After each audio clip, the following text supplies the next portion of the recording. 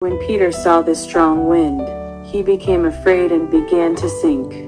He cried out, "Lord, save me." Immediately, Jesus reached out his hand and caught him.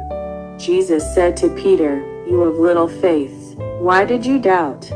One day, Jesus went up on a mountain near the Sea of Galilee and sat down. Large crowds gathered to hear him teach. There, Jesus spoke about the secrets of the kingdom of heaven and the way God's people should live. This is known as the Sermon on the Mount. Jesus first spoke about what true blessing is. He said that the poor in spirit, those who mourn, the meek, those who hunger and thirst for righteousness, the merciful, the pure in heart, the peacemakers, and those who are persecuted for righteousness are truly blessed. The world admires the rich and the powerful, but Jesus said that God's kingdom belongs to the humble and the righteous.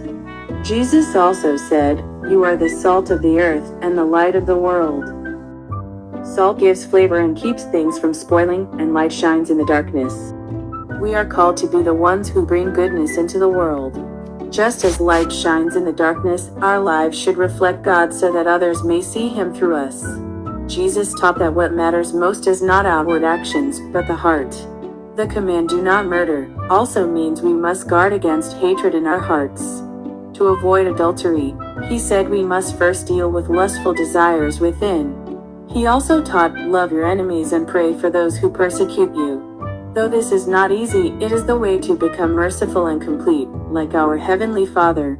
Jesus gave instructions about prayer as well. He said not to pray in order to be seen by others, but to go into a quiet place and pray sincerely to the Father.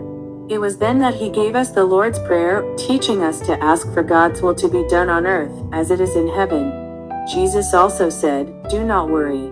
Instead, seek first God's kingdom and His righteousness, and all the things you need will be given to you as well."